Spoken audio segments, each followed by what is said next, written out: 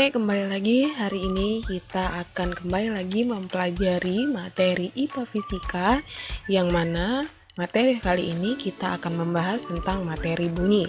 Kalau minggu lalu kita sudah membahas tentang getaran dan gelombang, hari ini kita lanjutkan tentang materi bunyi, yang mana materi ini juga masih bagian dari materi getaran dan gelombang. Jadi, jangan sampai kamu lupakan materi-materi yang sudah dibahas di materi getaran dan gelombang, karena beberapa rumus juga akan digunakan di materi bunyi. Oke, sekarang kita masuk ke dalam materinya. Jadi untuk materi bunyi sendiri nanti akan kita bahas pengertian bunyi sendiri itu apa, dan istilah-istilah yang ada pada bunyi, kemudian pemantulan dari bunyi, dan latihan-latihan soal. Kita masuk ke pengertian dari bunyi. Apa sih sebenarnya bunyi ini? Jadi minggu lalu sudah pernah dibahas bahwa salah satu contoh dari gelombang longitudinal atau gelombang mekanik itu adalah bunyi. Nah, jadi bunyi ini adalah gelombang longitudinal yang merambat melalui suatu medium. Jadi ada sebuah gelombang longitudinal kemudian merambat melalui suatu medium, dikatakan dia adalah sebagai bunyi, yang mana mediumnya dapat berupa zat padat, zat cair, ataupun zat gas. Intinya selama ada medium maka bunyi dapat didengar. Sehingga ada 3 syarat terjadinya bunyi. Jadi syarat ini harus terpenuhi semua. Kalau nggak ada 3 syarat ini maka belum dikatakan dia sebagai bunyi, karena 3 syaratnya belum terpenuhi. Apa saja syaratnya? Kita lihat yang pertama. Yang pertama di sini ada sumber bunyi. Sumber bunyi itu berarti benda-benda atau segala sesuatu yang menghasilkan bunyi. Contohnya ketika saya berbicara, saya menghasilkan bunyi, berarti saya sebagai sumber bunyi. Itu contoh. Kemudian yang kedua, di sini ada pendengar. Pendengar berarti ada orang yang mendengarkan suara yang dikeluarkan oleh si sumber. Berarti ketika saya berbicara, kemudian ada yang mendengarkan, berarti di situ sudah dikatakan terjadi bunyi. Tapi ingat, harus ada medium. Kalau nggak ada medium, belum terjadi bunyi. Kenapa? Karena bunyi tadi kan merambat harus melalui suatu medium. Berarti kalau nggak ada mediumnya, bunyi tidak bisa merambat. Makanya yang ketiga harus ada medium. Jadi ketika misalkan dalam kelas saya berbicara, kalian mendengarkan, dan medium suara saya sampai ke kalian adalah udara. Seperti itu ya. Jadi ingat, salah satu dari 3 ini kalau tidak ada, maka belum ada bunyi. Jadi harus ada sumber, pendengar, dan medium. Itulah syarat-syarat terjadinya bunyi. Nah, kemudian apa saja sih istilah-istilah yang terjadi pada bunyi? Nah, yang pertama kita lihat di sini ada cepat rambat bunyi. Oke, untuk cepat rambat bunyi sendiri punya rumus sebenarnya sama dengan cepat rambat gelombang untuk bagian cara cepatnya. Kok sama? Ya tentu aja sama, karena kan sama-sama gelombang. Dia adalah gelombang longitudinal. Nah, jadi cukup pakai ini. Tinggal kita bagikan saja, yaitu V sama dengan S dibagi T. Nah, apa sih V ini, apa sih S ini, apa sih T ini? Minggu lalu sudah kita pelajari, yaitu di sini V adalah kecepatan, kemudian S adalah S adalah jarak, T adalah waktu. Jadi minggu lalu udah diajarin, yaitu V itu adalah cepat rambatnya, cepat rambat bunyi, sedangkan S itu adalah jarak. Jarak apa? Jadi jarak di sini adalah jarak dari sumber bunyi ke pendengar, itu S-nya. Ya, dari sumber ke pendengar. Nah, sedangkan T adalah waktu tempuh bunyi tadi dari sumber terdengar ke pendengar. Nah, berapa waktunya? Maka itulah T-nya. Ini dalam satuan sekon, S-nya dalam satuan meter, dan V-nya tentu saja dalam satuan meter per sekon. Oke, ini jangan dilupakan, harus selalu diingat. Oke, sekarang kita lanjut. Kalau untuk mencari S-nya, mencari T-nya, ini kan sudah ada di pertemuan minggu lalu. Bisa kamu cek lagi bagaimana caranya menggunakan segitiga ajaib ya. Jadi untuk mencari S-nya minggu lalu diajarin yaitu V dikali T, sedangkan mencari T-nya sama dengan S per V. Kalau lupa, bukalah lagi video tentang getaran dan gelombang. Oke, sekarang kita lanjut. Sekarang kita masuk ke contoh dari cepat lambat bunyi. Kita di sini sudah punya satu soal, kita akan coba kerjakan soalnya ya.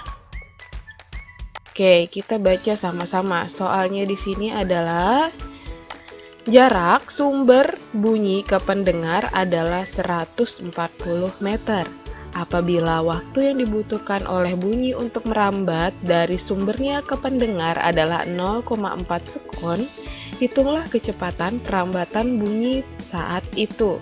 Berarti pada soal kita sudah ketahui beberapa. Yang pertama, jarak sumber bunyi ke pendengar. Tadi udah, jarak sumber ke pendengar itu adalah S yang nilainya 140 meter.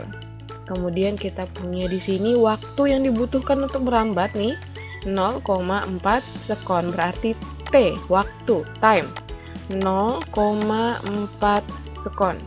Dan kecepatannya yang dicari, hitunglah kecepatan perambatan. Berarti yang ditanya adalah V. Oke, sekarang kita jawab saja langsung. Tadi sudah dikasih, yaitu rumusnya V sama dengan S per T. Oke, maka tinggal kita masukkan angka-angka yang sudah kita dapat. S-nya 140 per T, T-nya 0,4. Oke. Sekarang untuk mengerjakan koma, seperti ini, kita harus hilangkan komanya dulu. Gimana caranya? Tinggal melihat berapa jumlah angka yang di belakang koma. Ini ada di bawah nih komanya. Karena yang ada koma di bawah, maka yang di atas akan dikalikan dengan angka sesuai dengan jumlah angka belakang koma. Contoh, ini ada satu angka belakang koma, berarti harus kita kali 10. Karena cuma satu, artinya nolnya juga cuma satu. Kalau misalkan ada dua angka belakang koma, berarti kita kali 100, nolnya 2. Ada 3 angka belakang koma, kita kali 1000 dan seterusnya. Berarti di sini 140-nya kita kali 10 ya. Baru kita bagi, ini ketika sudah dikali 10 di atas, komanya udah hilang, sisa angka 4 saja. Nah, tinggal kita kerjakan. Jadinya 140 dikali 10, 1400. Oke, dibagi 4. Berapakah 1400 dibagi 4? Hasilnya adalah 350 meter per sekon. Oke, maka kita dapatkan bahwa nilai V-nya adalah 340 meter per sekon.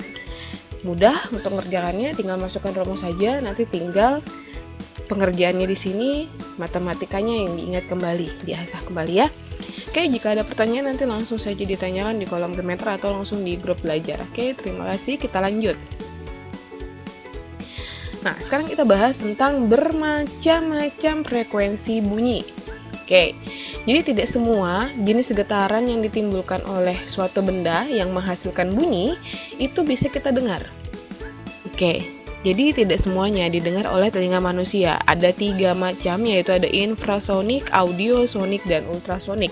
Kita ambil dari yang paling rendah dulu, yaitu infrasonik, yang mana frekuensinya besarnya itu ada di bawah 20 Hz, jadi kecil, di bawah 20 Hz, dan hanya dapat didengar oleh beberapa hewan seperti anjing, gajah, dan badak. Jadi frekuensi yang kecil ini hanya dapat didengar oleh hewan-hewan seperti ini. Beberapa contohnya. Kalau manusia tidak bisa mendengar. Kenapa? Karena manusia hanya bisa mendengar di sini, di audiosonik, yang mana frekuensi ini besarnya 20 Hz sampai dengan 20.000 Hz rentangnya. Jadi di antara ini aja, di antara 20 sampai 20.000. Kalau di bawah ini atau lebih dari ini, manusia nggak bisa dengar. Oke? Nah, kalau lebih dari 20.000 Hz yang bisa dengar adalah hewan-hewan yang bisa mendengar ini. Namanya frekuensi ultrasonik, yang nilainya di atas 20.000 Hz. yang hanya bisa didengar oleh hewan-hewan seperti lumba-lumba dan kelelawar. Oke, ini contohnya. Paus juga bisa dengar untuk yang ultrasonik. Jadi itulah cara mereka berkomunikasi. Mereka menggunakan gelombang ultrasonik. Jadi ingat ada 3, infrasonik, audiosonik, dan ultrasonik.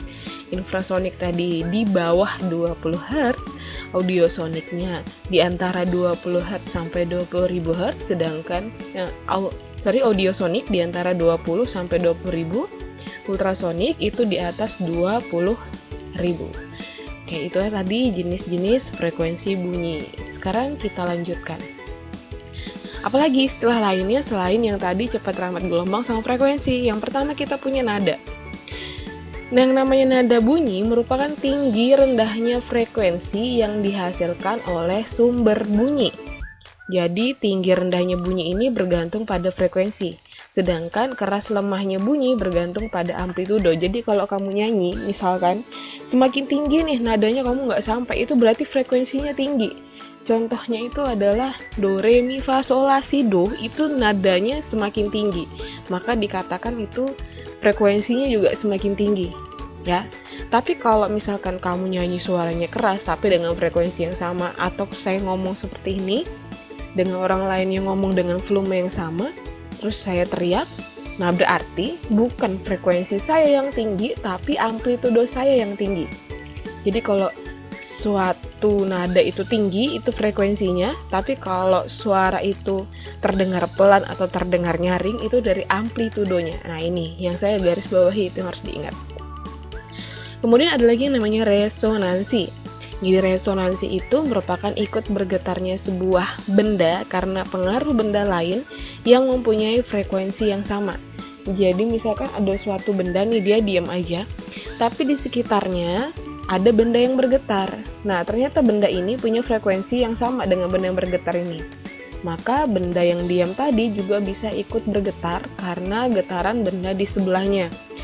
Biasanya contoh untuk benda yang digunakan adalah garpu tala. Mungkin yang pernah lihat atau bisa kamu searching Google, jadi namanya garpu tala. Garpu tala ini biasanya digunakan untuk mengetes pendengaran, ya. Oke, lanjut. Kemudian ada timbre atau warna bunyi. Jadi timbre atau warna bunyi itu merupakan kualitas penerimaan suara dari sebuah nada musik, suara atau nada yang membedakan jenis yang berbeda dari produksi suara, seperti chord, instrumen musik, seperti instrumen petik, instrumen angin, dan instrumen perkusi, dan memungkinkan pendengar mendengar instrumen yang berbeda-beda dari jenis yang sama sebagai jenis yang berbeda. Maksudnya seperti ini kalau yang bingung. Jadi timbre atau warna bunyi itu adalah sesuatu yang membedakan suara dari tiap-tiap jenis benda. Contoh, kamu sesama perempuan saja ketika berbicara, pasti suaranya di antara kalian berbeda. Nah, itu namanya warna bunyi. Jadi kita ngenalinnya dari suara yang berbeda tadi. Atau misalkan kamu dengarkan suara gitar dan suara bass yang sama-sama kita petik. Suara bass dengan suara gitar itu beda. Nah, itu namanya warna bunyi. Jadi, warna bunyi gitar tuh punya ciri khasnya masing-masing, bass masing-masing, seperti itu. Itu namanya timbre atau warna bunyi. Oke, bisa dipahami ya? Sekarang kita lanjutkan kembali. Nah, sekarang kita masuk ke yang terakhir, itu tentang pemantulan bunyi. Jadi pemantulan bunyi di sini ada 3 jenis. Yang pertama, bunyi pantul yang memperkuat bunyi asli. Nah, bunyi ini biasa terjadi di ruang tertutup yang kecil atau sempit seperti di kamar mandi. Bunyi pantul ini membuat bunyi pantul aslinya terdengar lebih nyaring dari bunyi asli. Oke, jadi kalau yang mungkin biasa pernah nyanyi di kamar mandi pasti ngerasa ketika kamu nyanyi suaramu akan lebih nyaring di kamar mandi ketimbang nyanyi di lapangan. Ya, itulah yang dinamakan dengan bunyi pantul yang memperkuat bunyi asli. Biasanya juga yang nyanyi di kamar mandi ngerasa suaranya bagus. Padahal enggak, karena suara bunyi pantul. Oke. Nah, kemudian yang kedua ada gema. Gema itu adalah bunyi pantul yang terdengar sesudah bunyi asli. Gema biasanya terjadi di udara bebas seperti lereng gunung atau lembah. Jadi nih ya, kuncinya di sini terdengar sesudah bunyi asli. Jadi mungkin yang pernah nonton atau pernah merasa teriak di lereng gunung atau di lembah, Kemudian ketika teriak suaranya itu kayak menggema berulang-ulang gitu. Misalkan contohnya gema, gema, gema, gema, gema. Nah, seperti itu namanya gema ya. Jadi bunyi pantulnya terdengar setelah bunyi asli. Oke, kalau saya rasa gema pernah dengar semua. Terus gaung. Gaung adalah bunyi pantul yang terdengar bersamaan dengan bunyi aslinya, sehingga suara bunyi asli menjadi tidak jelas. Gaung biasanya terjadi di suatu ruangan yang luas seperti gor atau aula. Nah, jadi gaung ini bunyi asli bersamaan dengan bunyi pantul datangnya. Jadi ketika kamu ngomong, bunyi pantulnya juga terdengar bersamaan. Jadi orang yang mendengarkan itu tidak jelas suaramu terdengarnya berbicara apa, seperti itu. Nah, biasanya memang terjadi di gor, terutama yang duduknya dekat dinding, di tribun gitu yang di atas. Nah, ketika yang di panggung berbicara, biasanya kita kurang jelas apa yang dikatakan orang yang di panggung karena terjadi gaung ini tadi.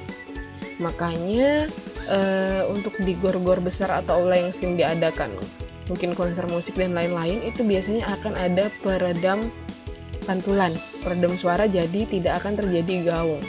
Seperti itu ya. Oke. Sekarang kita lanjut lagi. Nah, kegunaan bunyi pantul ini apa sih? Oke, berikut beberapa kegunaan dari bunyi pantul. Yang pertama, bisa kita gunakan sebagai sonar. Apa itu sonar? Sonar adalah singkatan dari Sound Navigation and Ringing, yaitu gelombang ultrasonik yang digunakan sebagai alat untuk mendeteksi benda di bawah air laut, yaitu sonar. Sonar biasanya dipakai di kapal, jadi mendeteksi di bawah kapal ini ada apa. Biasanya kalau misalkan ada karang yang kira-kira akan ditabrak kapal, jadi kapal ini bisa membelokkan posisinya supaya tidak tertabrak ya. Jadi seperti radar fungsinya, seperti itu. Kemudian ada ultrasonografi atau USG. Nah, kalau USG ini semua pasti pernah dengar. Biasanya digunakan di bidang kedokteran untuk menganalisa organ-organ bagian dalam tubuh. Nah, kalau kebanyakan USG itu dipakai oleh ibu-ibu hamil, walaupun tidak selalu ibu hamil yang pakai. Karena untuk orang-orang yang punya penyakit dalam bisa menggunakan USG untuk mengeceknya ya. Oke, kemudian yang ketiga, ada juga bisa dipakai untuk mengukur kedalaman laut. Jadi kapal menggunakan gelombang ultrasonik yang ditembakkan ke dasar laut. Sistemnya gimana? Jadi ketika ditembakkan ke dasar laut, jadi gelombang ultrasonik ditembakkan ke dasar. Ketika sampai di dasar laut, kan terpantul. Terpantullah bunyi itu kembali lagi ke kapal. Ketika kembali ke kapal, diterima oleh reseptor. Nah, nanti dari situ akan dilihat, akan mendapatkan perhitungan berapa jarak yang ditempuh, berapa waktu yang dibutuhkan supaya gelombangnya dari kapal kembali lagi ke kapal. Maka akan didapatkanlah, oh, kedalaman lautnya sekian. Nah, rumus yang dipakai seperti ini, tapi kalau aslinya sudah ada alat yang bisa mendeteksi tadi. Nah, kalau penggunaan rumusnya kita pakai ini. Rumusnya sama tentang mencari jarak pada gelombang, tapi S di sini adalah kedalaman laut jadinya, yaitu sama dengan V dikali T bagi 2. Kenapa dibagi 2? Ingat, ini bunyi pantul, jadi ketika bunyinya sudah pergi, dia kembali lagi, makanya harus dibagi 2 karena gerakannya bolak-balik ya. Jadi inilah kedalamannya, kita cari sekarang. Kita coba. Jadi S ini tadi adalah kedalaman laut dalam satuan meter, V-nya adalah cepat rambat bunyinya dalam satuan meter per sekon, dan T-nya adalah waktu dalam satuan sekon. Oke, seperti ini. Nanti kalau misalkan disuruh mencari V, mencari T, ya tinggal kamu cari saja. Kalau mau mencari V, maka sama dengan, ingat, ini ada duanya pasti akan pindah ke sini. Ya, pindah ke yang nggak punya teman. Berarti di situ jadinya 2S. T, karena barengan sama V, jadi T-nya pindah. Pindahnya nggak sama-sama S, tapi di bawahnya S. Jadi gini, 2S dibagi T. 2S itu artinya 2 dikali S dibagi T. Kalau mau mencari T, ya tinggal tukaran V sama T-nya. Jadinya 2S dibagi V. Dah. Nah, tinggal cari seperti ini. Tapi yang penting rumus dasar ini yang kamu ingat ya. S sama dengan V kali T bagi 2. Oke. Sekarang kita lanjut, kita cobakan kerjakan contoh soal.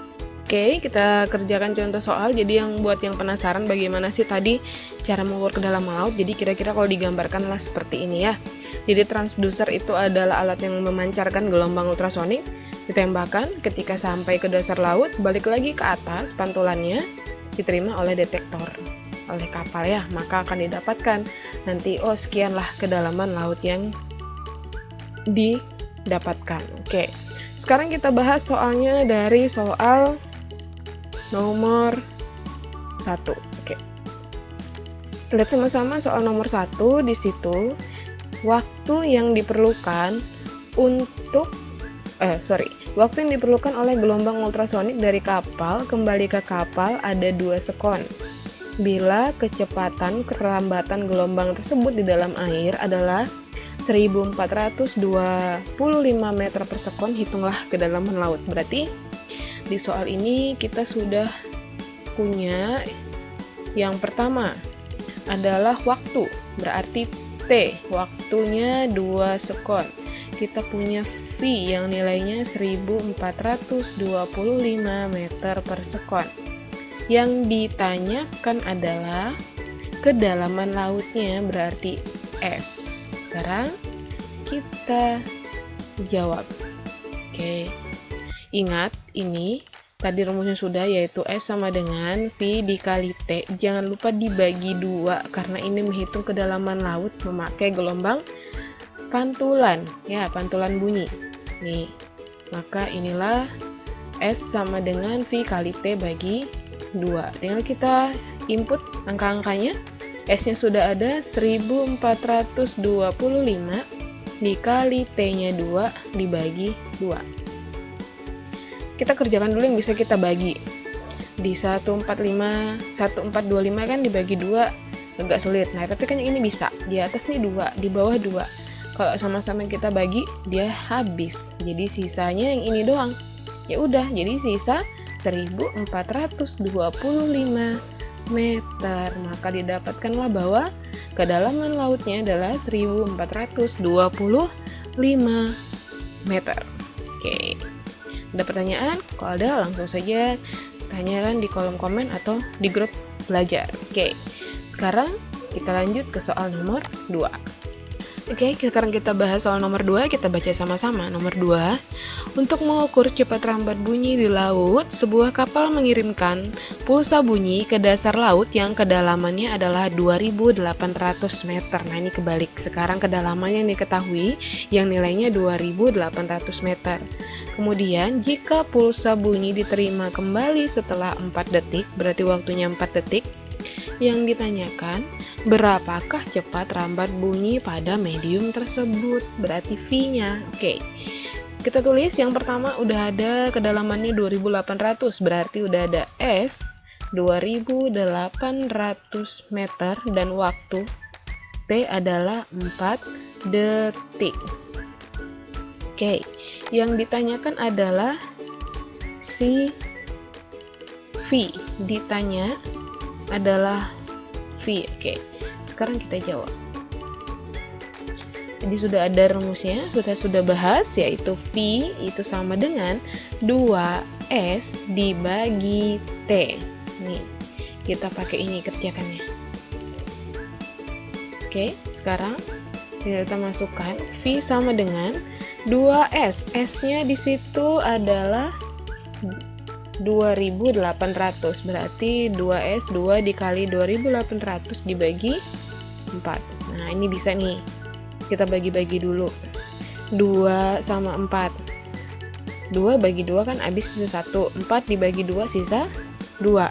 Jadi masih ada 2.800 dibagi 4. Nah, tinggal dibagi 2.800 dibagi 2 itu adalah 1.400 meter per sekon. Oke. Maka kita dapatkan bahwa V-nya sebesar 1.400 meter per sekon untuk soal nomor 2. Oke. Jadi ini tadi pembahasan untuk contoh soal tentang pemantulan bunyi.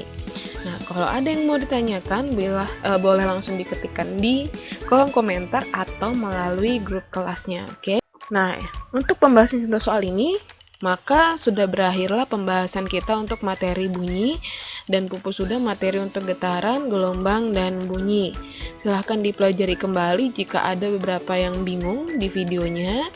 Kalau masih bingung, juga bisa kamu tanyakan langsung di kolom komentar atau melalui grup kelas. Nanti akan dijelaskan kembali di bagian mana yang kamu belum paham. Oke, terima kasih telah menyimak dengan baik materi hari ini. Selamat pagi.